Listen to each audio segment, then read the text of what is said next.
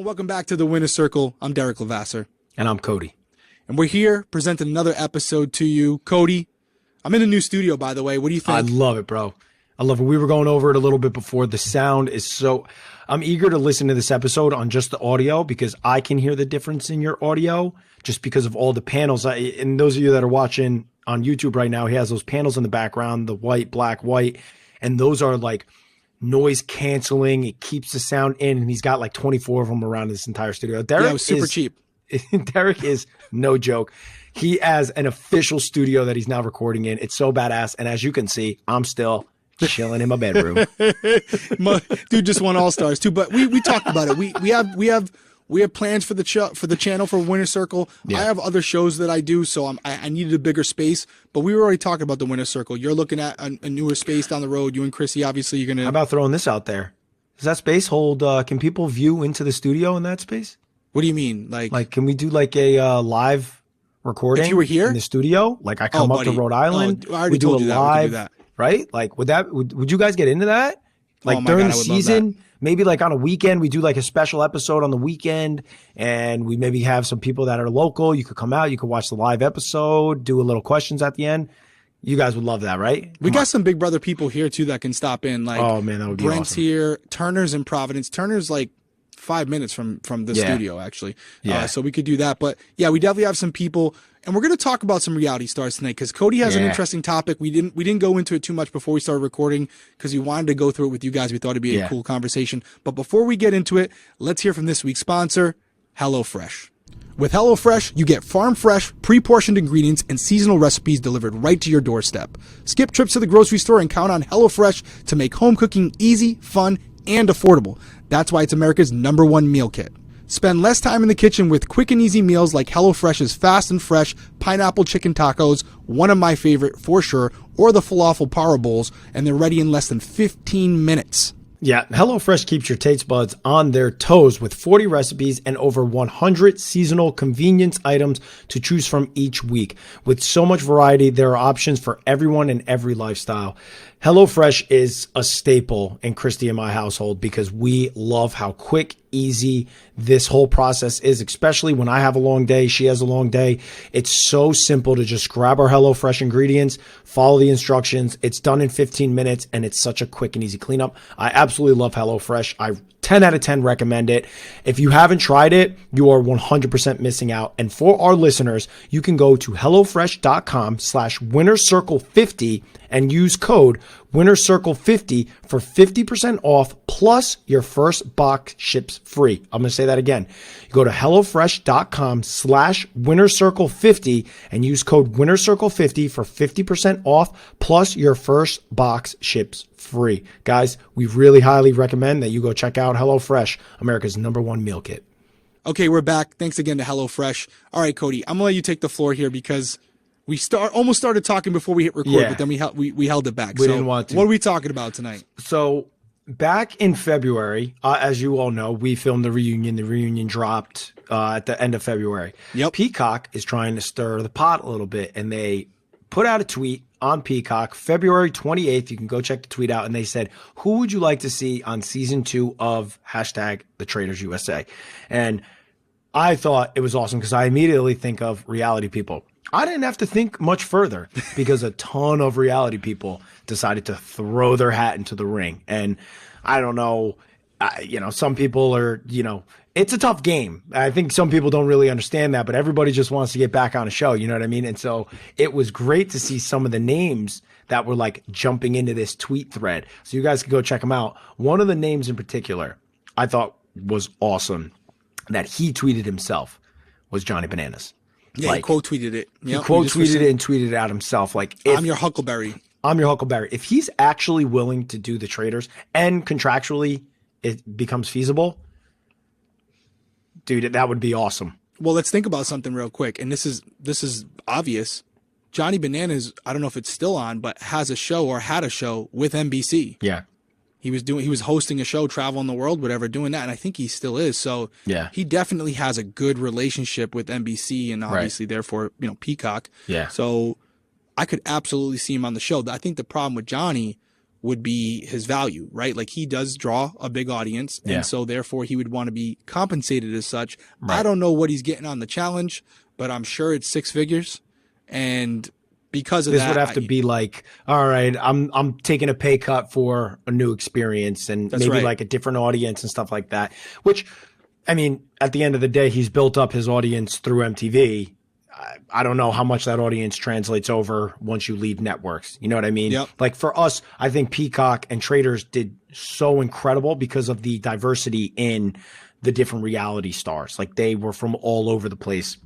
Another one I saw, which I think would be world class, I think it would be like Kate Chastain 2.0 would be our girl Janelle from Big Brother. Mm-hmm. She would be in there? Literally, well, she didn't tweet about it because quite frankly, I don't think Janelle is like too cool for school. She's like, they'll call me. I don't need to give them any notoriety, which props to her for that because I guarantee she gets a call. Because she would be first class on it. And then we had a couple other people like Joseph. And she would do it. I mean, she does a ton of shows. Yeah, she would do it. So, and her schedule, dude, first of all, Janelle has it because she kills it in real estate. And that's a good field to be in so that you can feasibly get away for a period, depending on what kind of deals are happening and what she's working on. But, man, I would love to see her on season 2. I'd love to see Bananas. There's a bunch of people. Yeah, I know Derek Frazier wants in bad. Yeah, a bunch of Derek people. Frazier wants in bad. He would be fun. I would like Derek. I would be eager to see how Derek would like handle it. But I wanted to direct this conversation to you because we've talked about Traitors a lot. Mm-hmm. And obviously your schedule, we're not saying anything about it, guys. This Derek's schedule is crazy busy. But if you could block out a period, would Traitors be a show that we already know how much you love the show because we talked about it. We covered it. Great show. Would it be a show that you'd be like, I want to throw my hat in to the Traitors? Would it be a show that you could see yourself going, enjoying, and actually succeeding? Because it's like if you feel like you're going to go and fail, then what's the purpose? Like how do you feel about that? Okay, so it's a couple questions in there. I do love the show, and in a vacuum, I would, if you said to me like, hey, would you want to do Traitors or Big Brother, I would definitely choose Traitors because of the time, the duration, and the fact that it does seem like there's a little bit more freedom to contact home if you need to. Mm-hmm. But just like anything, and just like everybody else there who's watching, we're not just like sitting on a bookshelf somewhere waiting for our next show. Right. So not saying like, oh, look at me, but I have other businesses that I run. Coffee company, by the way. Drink Criminal Coffee. Go check them out, criminalcoffeeco.com. It's fire. I don't know if you guys saw my story, but the package that you get and the way that it's delivered, it's so cool. It's so unique. They make it because the name of it is Criminal Coffee. And when you get it, there's like, I don't want to say too much about it because if you get it, I want you to figure it out yourself. But there's a cool little riddle inside of it. It's awesome. Well, that's a special box just for you, by the way. Not everyone gets those boxes. You got a custom drawing and stuff in yours. Dude, I still have the light. Because I was like, I can't toss this thing. This thing is sick. I was like, yeah, you gotta those boxes. We might do a box like that you can purchase at some point because so many people liked it. But overall, it is a cool coffee. This isn't a plug for Criminal Coffee, but the coffee's phenomenal. You gotta check it out. It's from Guatemala, Costa Rica, and Colombia. And the biggest reason why we decided to do it is a portion of the proceeds from every bag sold goes to solving a case, and we're solving cases. We'll put it that way. We have some big news coming out soon, but that was a joke. But it is a real company. It's a real company that we're running here. We have a warehouse. Then I have another podcast and I have another project that I'm working on. And then the most important thing, which is the reason why I didn't join you on All Stars, family, right? It's family. My kids are 10 and 7 now. Yeah. They're playing softball. They're in dance. I coach their team. It is so hard. I don't even know. We talked about Janelle. Yeah. I don't know how she does it mentally for herself. Because she's heavily involved same way as you are. Like she's at her kids' cheer competitions. Yeah. I don't know how she turns that portion of her brain off. I am genuinely concerned how I would do in that environment, knowing that my kids have such personalities now. Like when I went before, Tenley was barely speaking. Mm-hmm. My kids, and this isn't to sound corny because it's with all parents, they're my best friends. Yeah. Like I talk to them every day, 20 times a day when they're not in school. Like, so it's like, they're my homies. I need them as much as they need me. You're right. And so that would be the biggest problem. The other thing, and this isn't like, oh, me, with the businesses that I have and things I've done, I've been fortunate. I've been successful. There's money coming in those doors that helps me provide a life for my family. With these shows, and it's nothing against Traitors, they usually can get anybody they want, right? Like we just said it on on Twitter. Yeah. You have reality stars begging to get on the show. Yeah. How much do you think they got to pay them to get on the show? Yeah. Not much, with the exception of a couple of them. Yeah. They're going to pay them the minimum amount, and as long as they want to be on the show, they're going to go. Right. Because it's an opportunity to maybe do other things, and so that's what they want to do. So with me, it would cost me to go. It would be, there'd be expenses both monetarily and from a personal perspective, and I'd have to weigh that out. It's kind of a loaded answer, but I hope it's it kind tough. of explains it. I think I really I'm understanding it now, because the business side of things, it's tougher the more you become independent in your business and you're entrepreneurial. You're like the CEO of your podcasts, your companies that are running. And then all of a sudden, like, it's like, hey, remove that person, zero contact. They can't deal with the business. Zero. Like, and there's no way to properly like get somebody prepared to do it unless that person is literally hand in hand with you the entire way. And so it's like, I feel like that side of it makes it even more difficult, right? Because you're like, there's little things that you may not even think of because it becomes like a whirlwind when you go to leave. And it's like, oh man, did I forget something? And there's a good chance that you do. And then if you're gone and you don't have a phone and it's an emergency, it's like, there's no way for us to get that. Like, yeah. And think about it from a logistical point of view, right? Like, just to do an example, you just said if you had someone, so I do like customer service, inventory, marketing, tax, all this stuff, right? Accounting. So let's just say I was able to find 3 people to do those functions.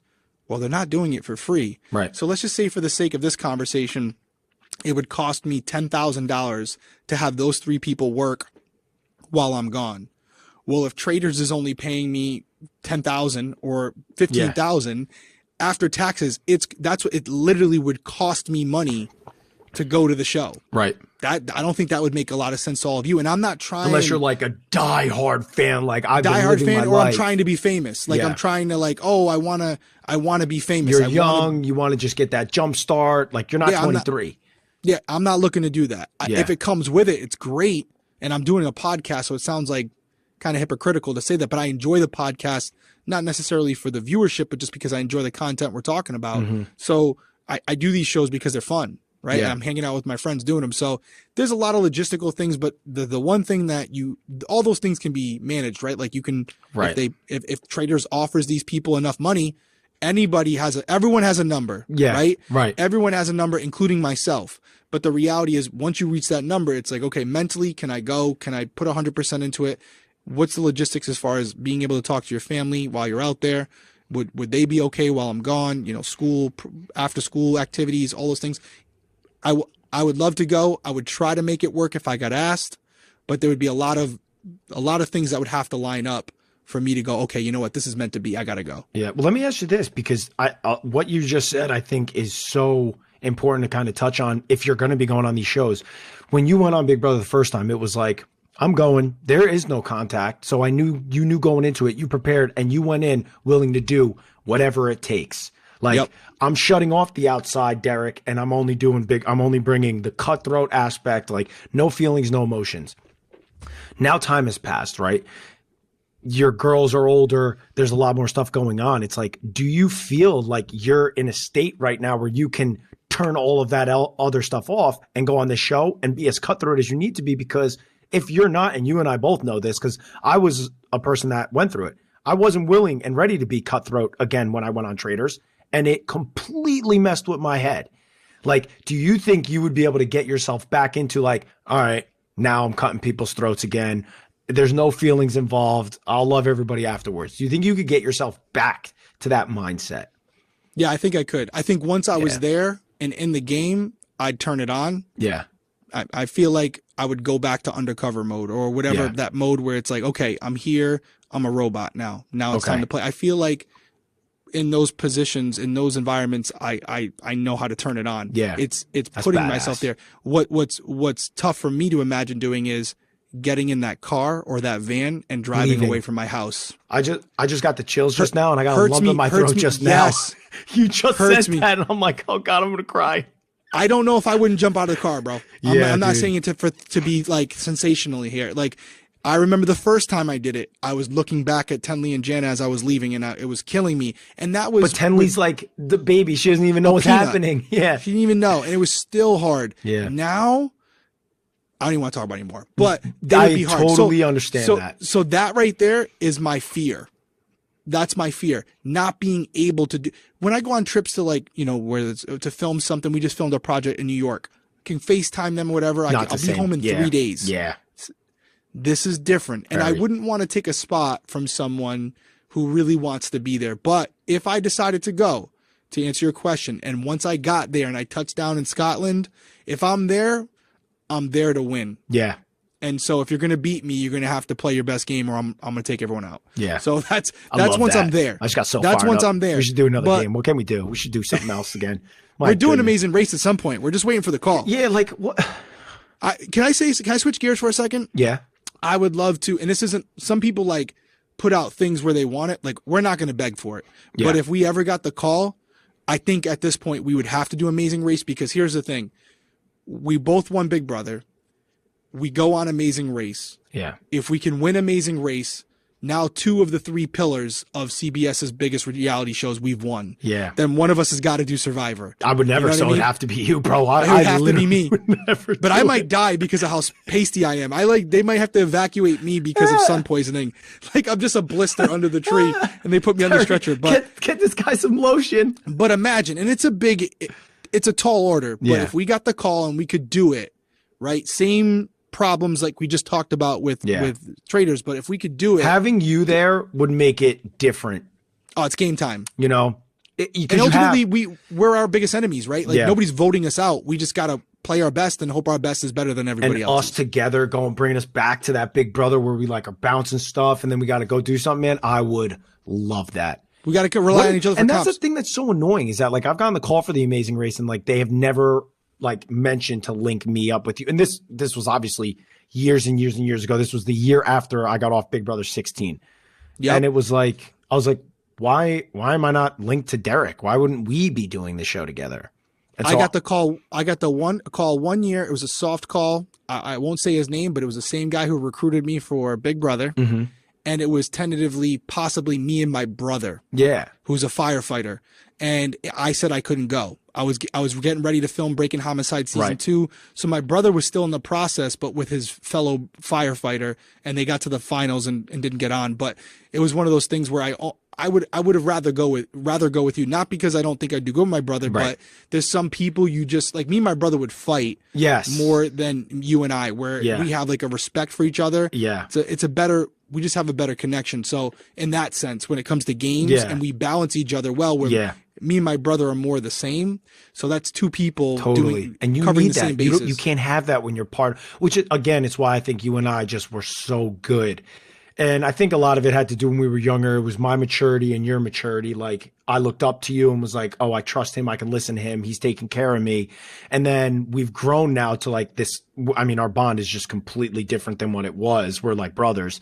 But we have exactly what you just said. There's not like I need to, no, it's got to be my point of view. No, it's got to be mine. We never are going to clash. It's going to be like, okay, I like that. Let's roll with that. Let's go. And then we just you have different strengths than me, right? Yeah. Like there's certain things that I'm good at. There's certain things that you're good at that I'm not. And so it's one of those things where I know with the race, there's different legs and it's alternating, but we could kind of set it up where it's like, okay, this is an athletic part. Yeah. Cody, you're doing it. Yeah. It's a run or something. Yeah. Guess what? You're doing it. Yeah. You know what I mean? Like, yeah. Dude, you're gonna beast do everybody so well on Amazing Race, bro. Yeah. Yeah. And then the driving and stuff. But let me ask you one final question, because you put it on me. And I do think, for the record, that this next season of the Traitors is going to be new. And if I get the call, then I'll especially because we cover it, I might get the call. If I get the call, I'll consider it. It's not like it's a dead no, right? But it would have to be some things would have to fall in place. But let me throw this on you to kind of wrap this all up. Traitors season 1 was very successful. And what I think we find in all these reality shows is a lot of the times they bring returning players back because they're the first season. They're like, they're like the show, the icons of the show. Yeah. You were a big part of Traitors season 1. So hypothetically, if they decided to do a mix where they're like, hey, let's bring back some returning players that we know are good for the show. They're good on camera. They have a little bit of presence in the house already because they've been here before. Would you go back with everything you have going on? No, I wouldn't.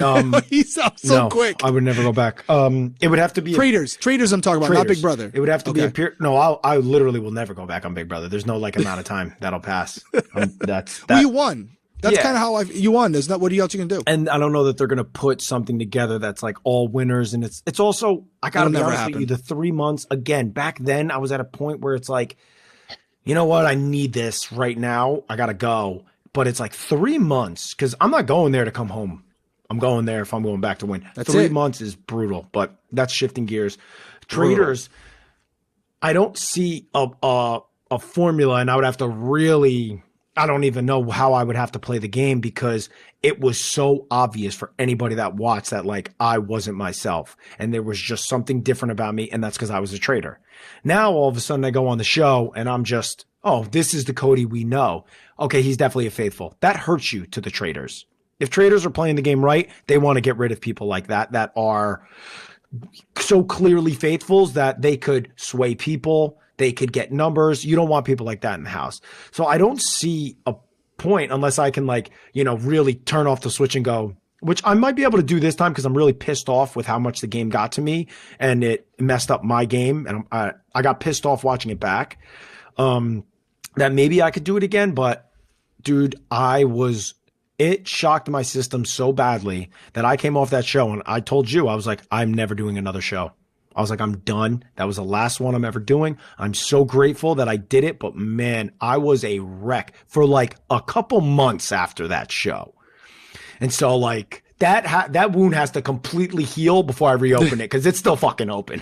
Yeah. And there's some people just keep going back. Yeah. And I don't want that for my mental state. Like I've said it multiple times, like people may not talk about it fully enough, like how much these shows mess with your mental state. And it has messed with me every single time I've gone on them. It's ruined my schedule. It's ruined like progress that I've been having in my life with like a business. And then all of a sudden, like the motivation gets stripped from me when I get home. And then it's like, I don't know if I want to do this anymore. So it's like, there's a lot of stuff that I've weighed for myself personally about like my mental health and all that stuff that like makes me be like, I don't know what makes it worth it anymore, unless it's like an astronomical amount of money that can help me. And the point that I'm in my life now, which is our wedding is coming up and I want to have kids. Like I want a family. Christy and I want to have a family. And so, man. The other thing for you is you have a nice nest egg now. Right? Yeah. So it's like you don't, like a lot of people who are starting at net zero, they might have 5-10 grand in the bank. Yeah. You have a nice nest egg. You're good with your money. So it's like you're good. If you're smart and you can make that money work for you. And so there's not as much of a need to go on a show for the amount of money that they're usually willing to the second time I went on Big Brother, it was like, I can't even express how much I needed that money. I remember us talking beforehand. You're like, yo, I'm going to win this time. I got to win. Yeah. I got to win. I needed the money. That was my mentality the first time. Yeah. It was win or bust. Yeah. Because it's like you weren't going there for followers. No. It's like I'm going there to win the show. Right. That's it. If I come in second, that was a failed season. I shouldn't have won. And that's a mental state that's hard to like break, beat. Like, when you have somebody that's a good competitor. So yeah, I don't know that you were super focused. I mean, this isn't a stroke job for us, but you were a different player the second time around. Yeah, you had your moments, but there was only one ending for you. And I don't know that I could turn that back on because I couldn't do it obviously with Traitors.